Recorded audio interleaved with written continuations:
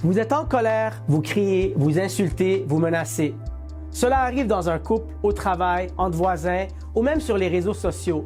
Mais attention, certaines paroles peuvent vous conduire devant un juge. La violence verbale n'est pas qu'un problème moral, c'est aussi un enjeu juridique.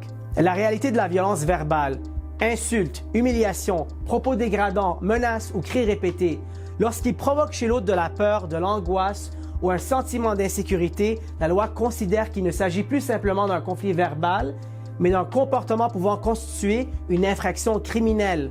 Ce que dit la loi, menacer une personne de mort ou de lui faire du mal est une infraction criminelle, même si aucun geste ne suit. Utiliser des propos humiliants ou dégradants à répétition peut être reconnu comme du harcèlement criminel. Dans un contexte conjugal ou familial, la violence verbale peut justifier une plainte, une ordonnance de protection ou une exclusion du domicile.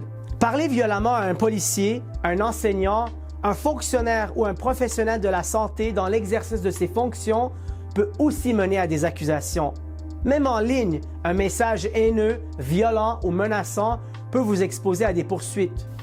Ce qu'il faut éviter, ne répondez jamais à une provocation par des insultes ou des cris. Ne minimisez pas l'effet de vos paroles sur l'autre. Ne vous croyez pas à l'abri sous prétexte que vous étiez en colère ou en privé.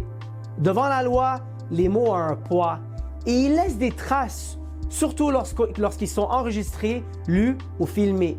Je suis Maître Nazar Saati, avocat en droit criminel et de l'immigration, membre du barreau du Québec depuis 2016. Ce que vous dites sous le coup de l'émotion peut vous suivre toute une vie.